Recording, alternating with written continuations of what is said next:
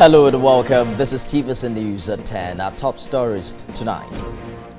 Senate interrogates Minister of Health on the poor state of the sector.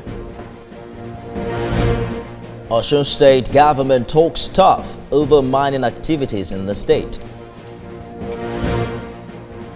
Outside Nigeria, vote counting underway in Malawi's just concluded presidential election. And in sports, Ghana's president summons coach Kwesi Appiah over Ghan's retirement.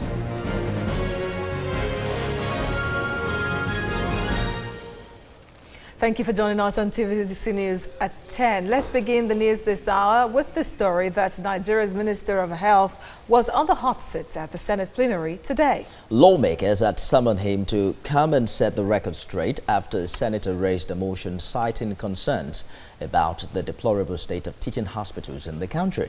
TVC News senior correspondent Femi Akande brings us the story. The visiting health minister may have known that his appearance before the Senate was not going to be a walk in the park. Senators, unhappy with the poor state of the health sector, laid in wait to drill Isaac Adewale and get answers over the collapse in healthcare delivery. But first, they listened. The problem we have, Your Excellency, is that the foundation is bad, the wall is weak, and we're only concerned about the roof. There are reports of decay in the health system, especially the teaching hospital. There is a shortage of medical personnel, infrastructure is dilapidated, and the sector is underfunded. On the floor of the Senate, the health minister blamed state governments for literally abandoning healthcare. Your Excellency, it is not that the services are deteriorating, but the services are overcrowded, people are not happy. But the main problem, Your Excellency, is an appeal. I believe that we will use this opportunity to address the problem of healthcare system. Senators are asking why, despite spending from the federal budget on health, healthcare remains largely inaccessible. Tell us how you intend to resolve this, even though you are at the twilight of your tenure in this current administration. But even then, it is important that we find a solution to very obvious problems. Trained medical personnel, brain drain. You did not mention anything concerning that in your report. And I want to believe that the issue of brain drain is affecting our medical institutions, right from primary to tertiary. Must look at whether budgetary releases to fund our tertiary institutions are probably being done, and for us to make that a priority for everybody to ensure. You gave a good example of ABU, but I don't know whether that is a reflection of the entire teaching hospitals and all the special hospitals. Though the health minister already has less than 2 weeks left in office, he was able to paint a picture of the health system, depicting its progress and challenges. Femi Akande, TVC News, Abuja. And Femi, who covered the report you just watched, joins us now for more on that session. Hello, Femi. Talk to us about how the minister was able to defend himself when he talked about the primary and secondary health care part of the pyramid being quite faulty. Yes, the minister made a case for the health system in his submission. He says there's so much pressure on the tertiary healthcare system. So he talks about the pyramid, with the primary healthcare being at the base of the pyramid, the secondary healthcare in the middle, and the tertiary at the top. He says there's a need to turn that pyramid on its head and have the primary healthcare come to the top, so that more attention now will be given to the primary healthcare, because that is the closest to the people, and that is what the people, the poorest of the poor, are supposed to have easy access to. But as the case is, in most of the primary healthcare centers scattered across the country, medical personnel are not on ground to even attend to patients or handle health conditions of Nigerians. So he says this is a concern. It's because of the situation, the poor health, service delivery of the primary healthcare and the secondary healthcare. That's why everyone is going to the tertiary healthcare. He says when someone has a case like malaria, or even you want to check something as simple as your blood pressure, they would rather go to a teaching hospital than go to the primary healthcare centers. And this has overburdened and overstretched the facility of the tertiary healthcare center. He says that the situation, infrastructure and everything is okay with the tertiary healthcare center. What needs to be done is the strengthening of the secondary and the tertiary, and the primary health centers. And these are the prerogatives of the state government. It says the state government has abandoned this duty of providing basic health care for citizens. He even said that there is already a fund set up for basic health care, primary health care, and so far only 22 states have accessed these, and 14 states are yet to access these funds that will provide basic primary health care for its people. And he's wondering why state governors would just be nonchalant about providing health care for their people. Okay, another problem really with the health sector in the country is the brain drain, which is affecting it. And Lagos Senator, in your report, Gboyega Oyetola, noted that the minister comfortably didn't even touch that aspect of the problem. What do you have to say? You recall that the Minister of Labor, Chris Ngige, once said that during an interview that Nigeria has enough doctors and brain drain is not a problem. I know people have come hard on him saying he is not speaking the truth, because every day, every week, every month, we have doctors leaving the shores of Nigeria, going in search of greener pastures overseas where their services are in high demand, and of course the pay is good. You know, for some of these doctors in state hospitals, some of them don't even get paid. We see doctors go on strike. We see the Nigerian Medical Association and other associations or other unions, health unions, go on strike. They're down tools and crippling the health sector, causing loss of lives and even worsening the health conditions of many Nigerians. This is an issue, and Senator Gboyega Oyetola wondered why the Minister of Health refused to comment on that critical issue that is also contributing to the bad state of the health sector as we have it today. Okay, senior correspondent Femi Akonde there just talked to us about this session where the Minister of Health was summoned at the Red Chambers to talk to us about the challenges bedeviling the health sector. Moving on the news now, we move to security stories as the Osun state government threatens to ban all mining activities in all parts of the state if cases of kidnapping continue.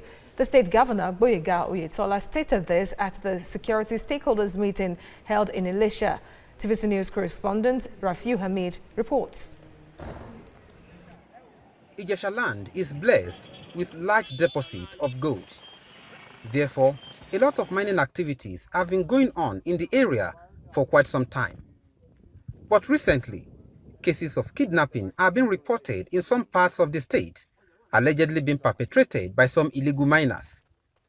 This is the reason for this summit, held at the instance of the state governor, towards checking the influx and activities of illegal miners in Ijesha land. Gathered here are traditional rulers, political functionaries, heads of security agencies, representatives of Hausa Fulanis and indigenes of Ijesha land. We have to implore the Osun state government and all the various security agencies to ensure that the influx of Hausas and Fulanis, herdsmen and other gold miners does not constitute any insecurity. I would like every policeman to please and please, without minding our SSs, to use vigilante in combat this crime. Without us, they can do virtually nothing. Now it's time for us all to join hands with the host communities, the mining entrepreneurs, to make a success of those resources. The state governor warns that government will no longer tolerate illegal mining. If these high-level crimes continue, government will be forced to take a drastic action which will include but not limited to a total ban on mining activities in this state. To prevent the hammer from falling, all hands must be on deck to avoid criminality. Heads of security agencies in attendance solicited cooperation of all towards making the state inhabitable for criminals. This is the second stakeholders meeting to be convened by the state governor within the last 3 months. The essence is to ensure security of lives and property of all citizens. It is now mandatory for every miner in Osun State to register with the state government for proper identification. Rafiu Hamid, TVC News, Ilesha, Osun State. Coming up on TVC News at 10. Vice President Osinbajo pays a one-day visit to Maiduguri. Also coming up, Anambra State NSCDC intercepts truck carrying substance suspected to be stolen crude oil. We have details when we return.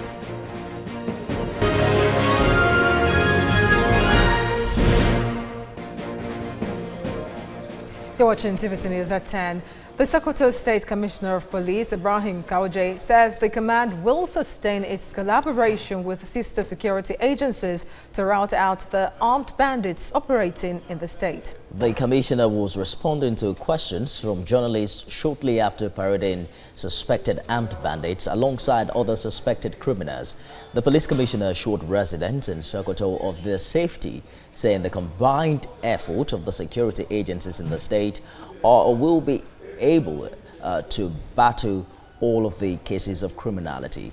TVC News' Sulaiman Nasir filed in this report. An upsurge in the activities of armed bandits has been witnessed in Sokoto State in the last few weeks. 7 persons were reportedly killed in separate attacks that took place in several villages in the state.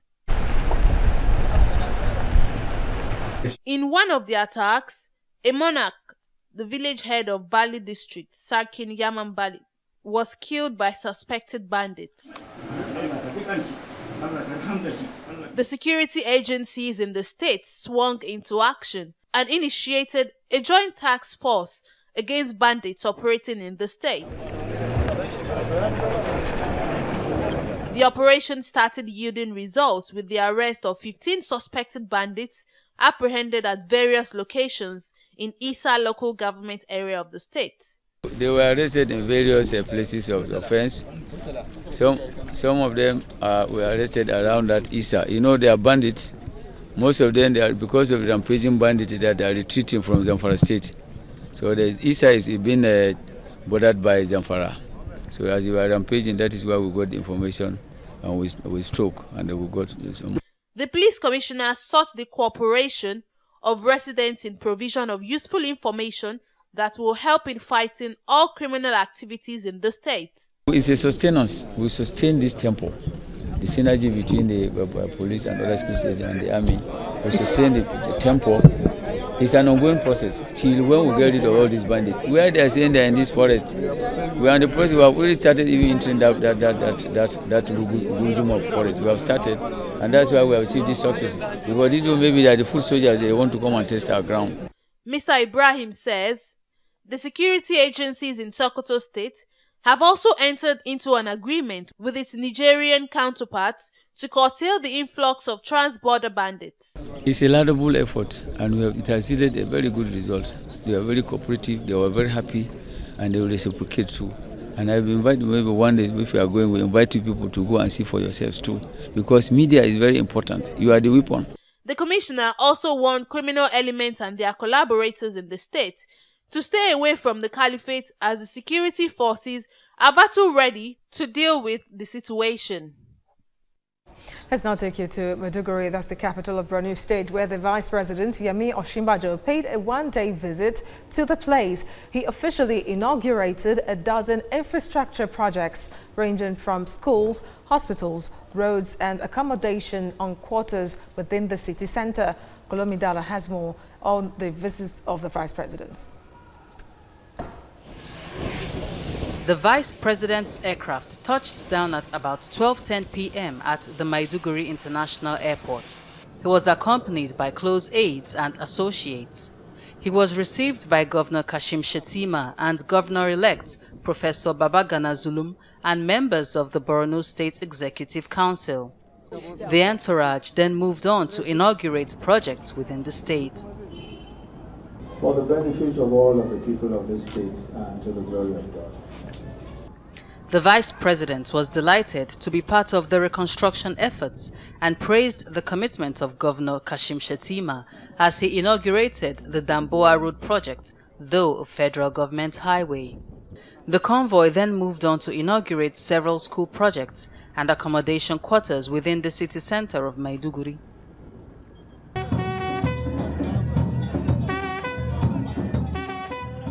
The entourage paid a royal visit to the Shehu of Borno's palace, and Governor Shettima recollected the commitment of the Vice President in supporting Borno State. The Vice President has endeared himself to the people of Borno, principally because of the empathy and support he has shown to the challenges in Borno. A man of courage and conviction who has established a school to cater for Muslim orphans of Boko Haram, one of the best schools in Nigeria. Professor Yemi Oshimbajo is optimistic that the reconstruction of the Northeast remains the priority of the present administration.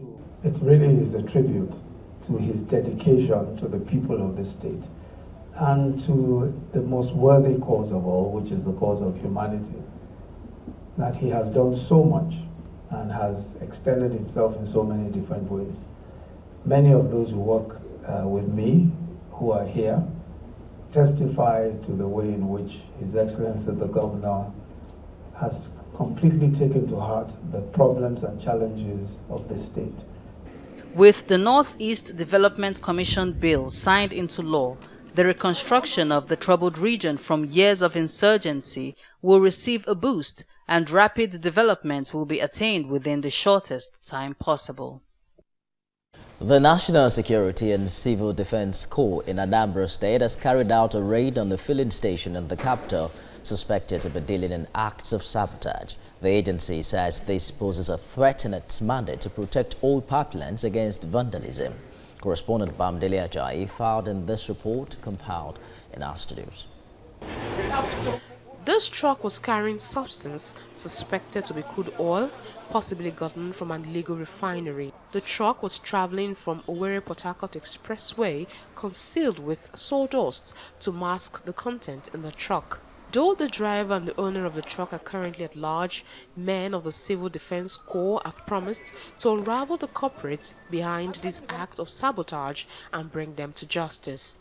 The NSCDC told newsmen that the discovery was due to a synergy between it and the Independent Marketers Association of Nigeria, IPMA. The vehicle itself is like a container, but inside it there's an inbuilt tank.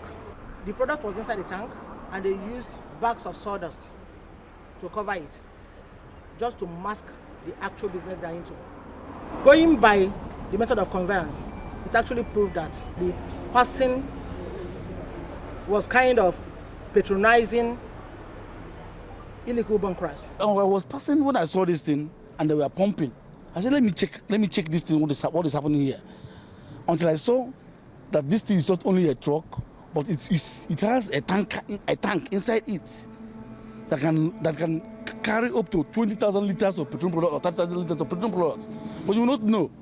So all these things are jeopardizing our distribution channels in IPMA. We are warning. The commandant commended officials of IPMA for their alertness, lamenting that vandalism, illegal bunkering and crude oil theft contributes to the decline of the nation's economic resources. I commend the IPMA group in Oka, Anambra State, that's really aided us to expose this kind of illegal dealing.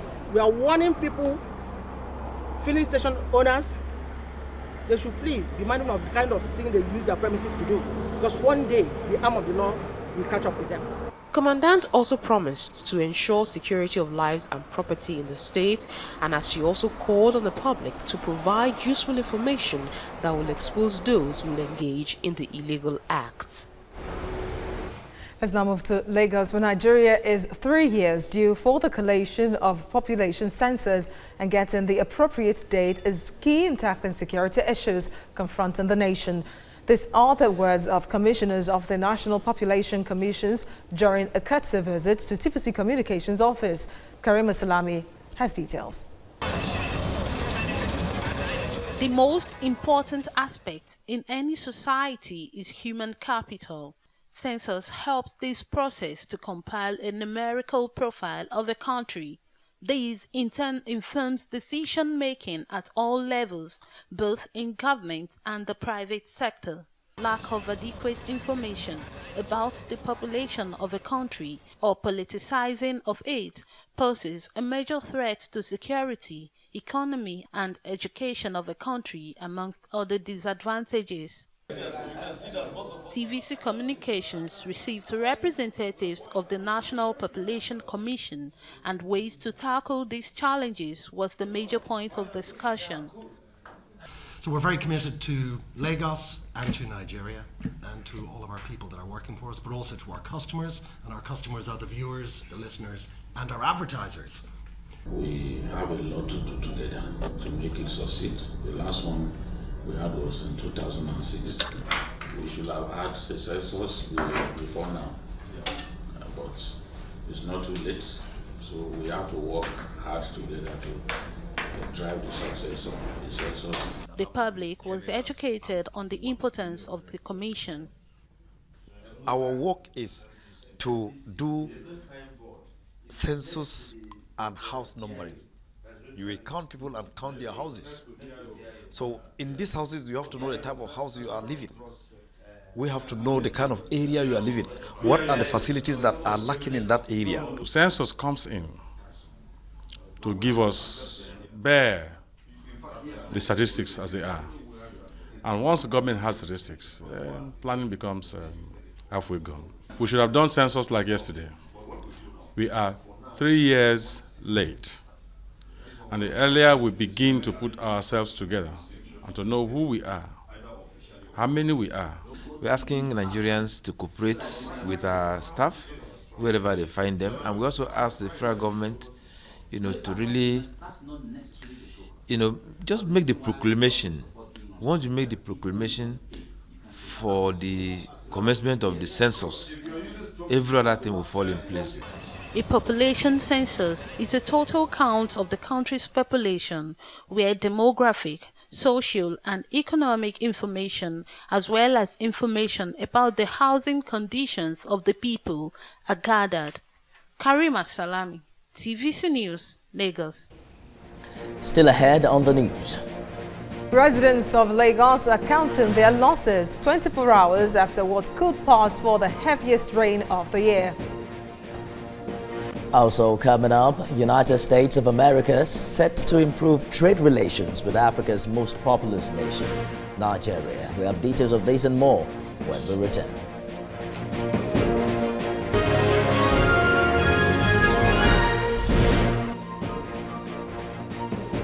Glad to have you back.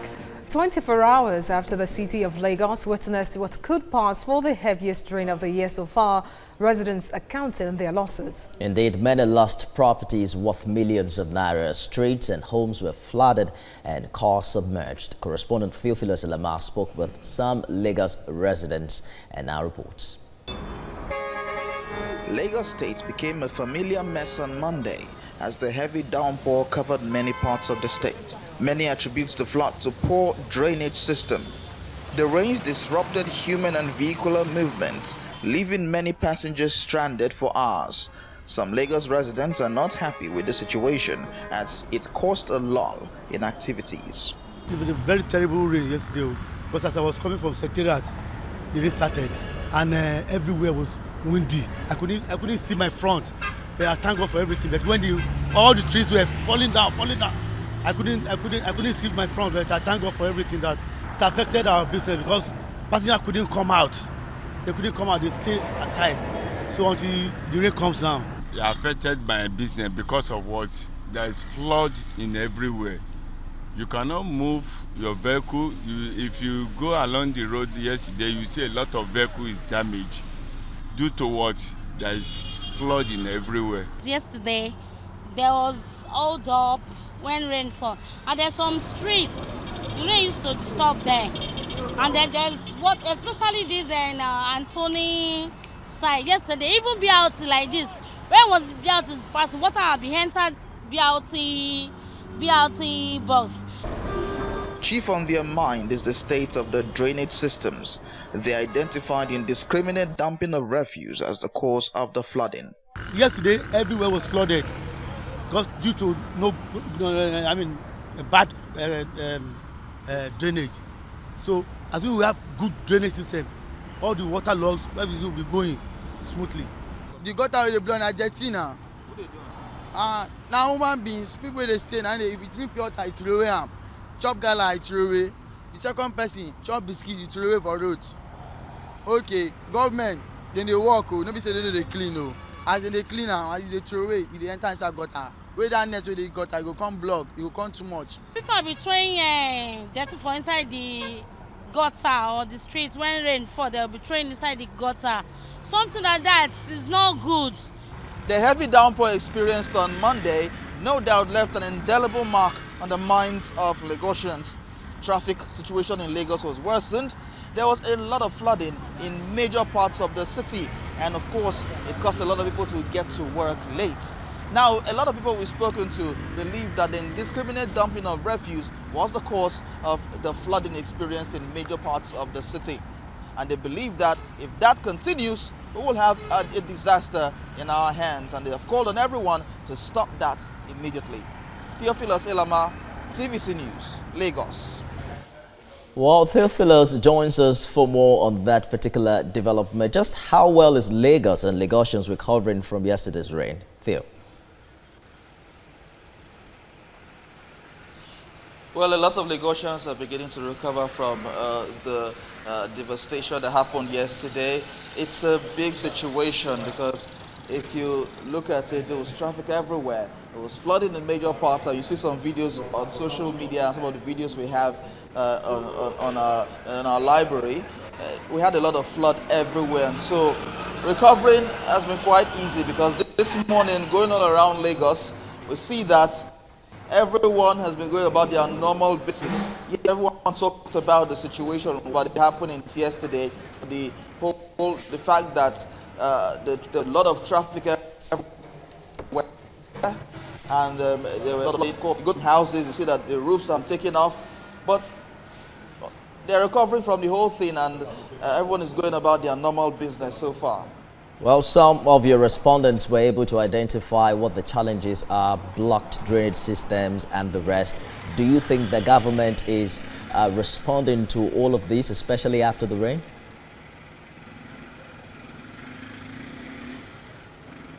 Well, I think the government is doing quite a lot to ensure that the drainage systems are opened, but the people are the problem, basically.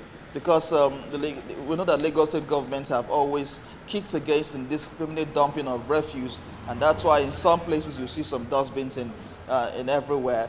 But we still have people who throw the refuse from their cars, sachet water, snack, nylon and the likes. They just throw it anywhere, and so when this gets out, it gets into the gutters everywhere, it gets into the drainage systems, and blocks it. And so when the rain, the drainage systems are already blocked, and so this causes flooding.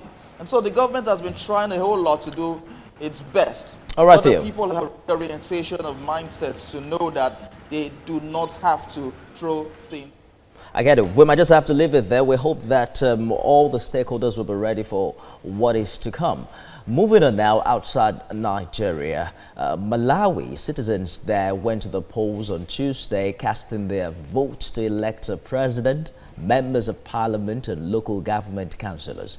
Other than the widely reported incident of Vice President Chilima's delayed voting, there have also been issues of misplaced ballot papers and voters' registers. The Electoral Commission said Chilima's name was transferred from his official polling station, while voting is reported to have started late at the Kayenjele police station after it was supplied with the wrong voters' register. There have also been reports of misplaced Mangochi ballot papers being found at Naucha Center in Blantyre, while Blantyre City Center Matope Ward ballot papers were found within Ziwe Balaka South constituency ballots. Mutharika's term has been dominated by food shortages, power outages and ballooning external debt, which have damaged his popularity as well as concerns about his health. You're watching TVC News at 10. Up next is business news after the break.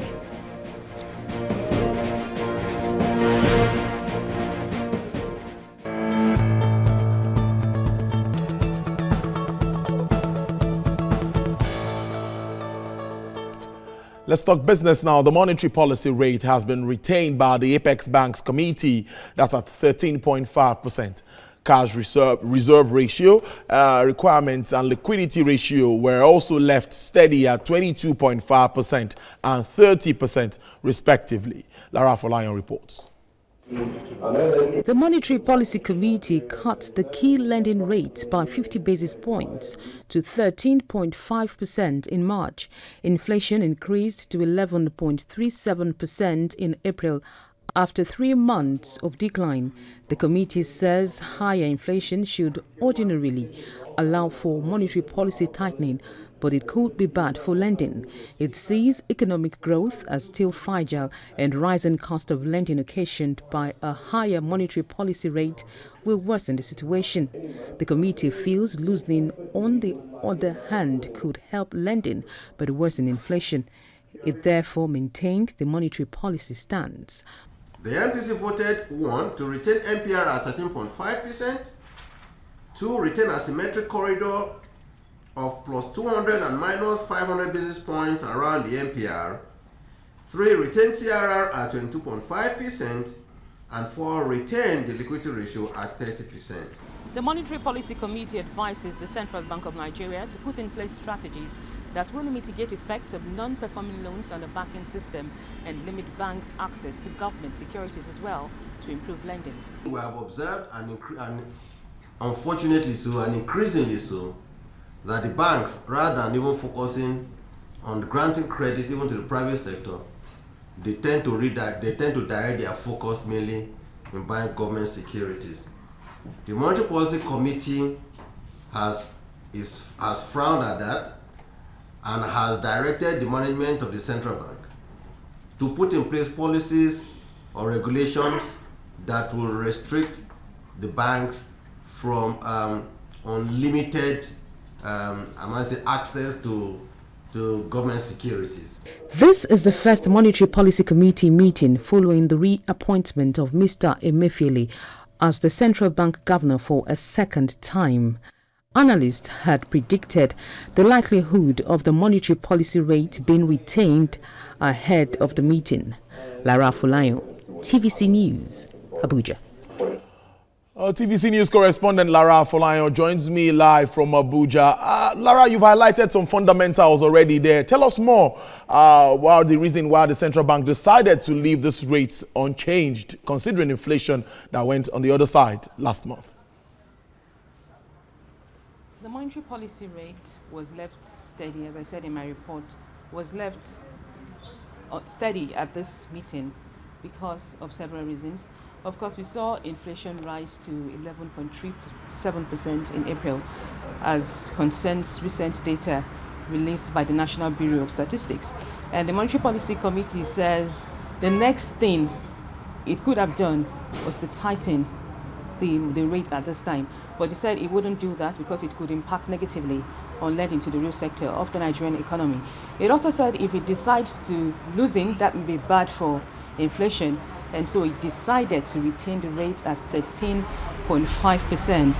It says this will allow it to steady the existing momentum of economic growth, so it could decide on monetary policy changes where necessary. It also said leaving the rate steady at this time will allow it to study the impact of its interventions as regards lending by the banks to the real sector of the economy, and it could now decide on what decision to take at its next meeting. Okay, Lara Folayan, that's all time can take. Thank you very much for bringing us up to speed while the CBN retained all the rates unchanged. Well, let's move on now. Investors at the Nigerian stock market have maintained strong interest in MTN shares, even as they are scarce to buy. Here is Effiong Ekop with Tuesday's business report. The rush by investors to get the stock of MTN Nigeria, which is very scarce on the floor, has continued to tip up the nation's stock markets. Today, MTN gained almost 10% in price and hit up at 131 naira per share. It is a performance that drives the stock of MTN very high since it got listed last week at 19 naira per unit. Yet, many other stocks on the floor are moving in their normal directions. The all-share index of the market was pushed upward at 2.88% in the afternoon. Also today, the Investment and Securities Tribunal of the Nigerian Capital Market responded to requests by operators and investors in Lagos setting up sub-office. The chairman of IST, Isiaka Isaiah Idoko, said the bulk of commercial cases and disputes handled by the tribunal will now be referred to the new arm of operations. The IST is the last court for Nigerian capital market and the first of its kind in Africa. It is similar to Financial Services Market Tribunal, FSMT of UK, the Market Misconduct Tribunal, MMT of Hong Kong, and the Securities Appellate Tribunal, SAT of India. The IST is a dedicated, specialized fast-track civil court established pursuant to Section 274 of the Investments and Securities Act 2007 for the resolution of disputes arising from investment and securities transactions. Many capital market regulators at the event stressed the role of IST in the attainment of business goals, corporate governance, and economic growth. Dispute is part of everyday business, but what you must have is a mechanism for ensuring that there is quick resolution so that things keep going. Before this particular tribunal was set up, for 2 years there hadn't been a tribunal, an investment securities tribunal membership. And so that meant that the complaints had a long backlog. And so now we are seeing this tribunal sit more frequently than ordinary just because they want to clear the backlog. Trade disputes between stockbrokers and their clients or listed companies are settled by the Investments and Securities Tribunal. Effiong Ekop, TVC News, Lagos. Crude oil prices stay steady at the international markets this Tuesday ahead of weekly inventory data as OPEC plans extension of current output quotas. While at the London market, European Brent sells at $71 per barrel after gaining a cent in mid-trade. OPEC basket Brent trades at $72 per barrel. Analysts say while super majors like ExxonMobil and Chevron are expanding their presence in the Permian and aims to grow production volumes significantly over the next few years, shale drillers across the United States are struggling to cope stability in the larger energy market.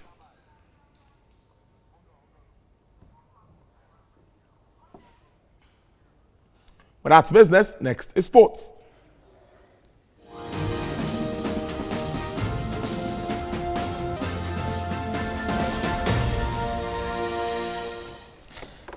And time for sport now. Crystal Palace winger Andros Townsend has won the Callan Premier League Goal of the Season award. He got the accolade courtesy of his sublime 30-yard volley away against Manchester City. The winger netted Palace's second in a shock 3-2 victory at the Etihad Stadium. And in what has been an impressive season for long-range goals in the Premier League, Townsend beat off competition from the likes of Vincent Kompany and Daniel Sturridge for the award. It is Manchester City 1, it is Crystal Palace 2. Well, initially it was... The countdown to the Champions League final in Madrid continues, with football fans already feeling the pressure. Well, the final will be contested by two English teams, Liverpool and Tottenham, and fans of these clubs are complaining about the hike in prices of hotels, flight and match tickets. Comes to Dele Alli, through to Lucas Moura! Tottenham Hotspur and Liverpool fans' joy at reaching the Champions League final has been dampened by the eye-watering costs of traveling to Madrid for the 1st of June showdown. Return tickets on budget airlines, normally available for around £100, have spiraled to as much as £1,500, while nightly hotel rates in the Spanish capital have soared from €100 to over €1,000. I tell you that yesterday I was calling some hotel in to try to book some rooms, because I don't know if my family is going to be there, some friends, some people from Argentina, and I wanted to book, and it was so difficult, and the prices are so crazy. Yeah, the ticket companies are just ripping everybody off. Yeah, too much, too expensive. So yeah, it's not really for the fans, is it? It's just about money. With prices for flights to other Spanish cities or even neighboring countries also prohibitive, fans are seeking other ways to make the 1,300-mile trek from London or Liverpool to Madrid, including driving or taking a coach. But getting there is only half the problem. My decision based on, well, it'd be lovely to go, but whether I can get the tickets is the first thing, and whether I can afford the airfare is another. That's the problem.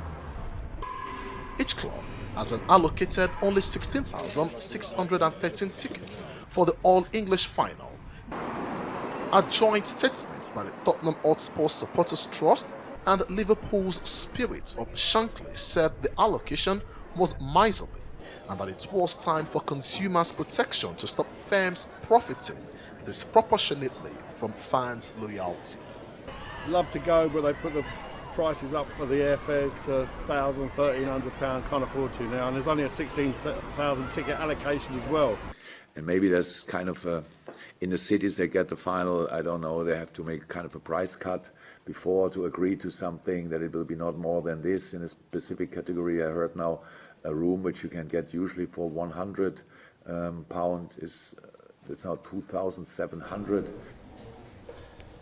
Ghana coach Kwesi Appiah has been summoned by the president of Ghana over his decision to strip Samuel Gyan of the Black Stars captaincy, which led to the latest retirement from international football. The meeting with President Nana Akufo-Addo will be centered on the sudden resignation of the captain of the senior national team. The meeting is meant to convince the coach to reverse his decision and allow Gyan to return and captain the team to the 2019 Africa Cup of Nations. Asamoah Gyan stirred controversy by announcing his unceremonious retirement from the Black Stars on social media. And back to Nigeria, the country is regarded as a football crazy nation with millions of fans. Football crazy nation with millions of fans passionately following the clubs of their choice. But very often the fans support foreign teams with no direct benefit.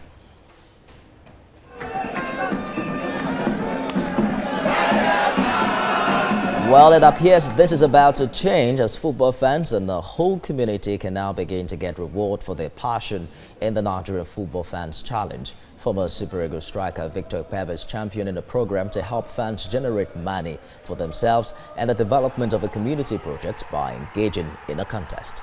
For me, the knowledge of the game, I'm sure most of them know a lot of things when it comes to football.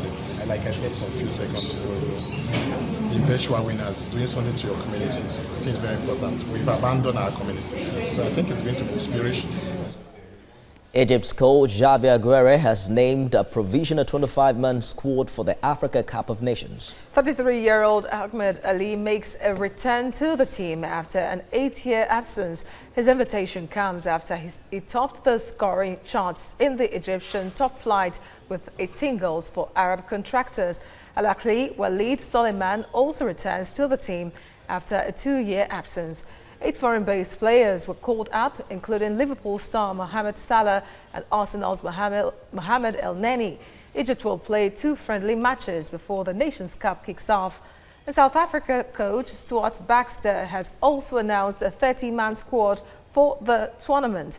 6 new players made the list that will be reduced to 23 in the coming days. South Africa will play in Group D of the Nations Cup alongside Morocco, Ivory Coast and Namibia. Edo State will again host the annual Okpekpe 10-kilometer road race this weekend as foreign and local athletes converge for the 7th edition of the event. Foreign elite athletes from more than 7 countries across the world are expected to start arriving in Okpekpe from Wednesday for the race, which holds on Saturday. Runners are from the United States, Australia, Kenya, Ethiopia, Eritrea, Uganda and Nigeria. All athletes for the competition are to also collect the running kits and numbers from tomorrow till Friday. The Okpekpe 10-kilometer race is a test of endurance for long-distance athletes, which runs over paved roads, winding through steep hills and valleys from Akpana Road to Okpekpe. And that's it on the news at this hour. You can follow us on our social media platforms for updates. We're on Facebook, Twitter and Instagram using the handle @TVC News NG. You can also get all the details of the stories we're reporting on our website at tvcnews.tv. Thanks for joining us tonight. It's good night from all of us here.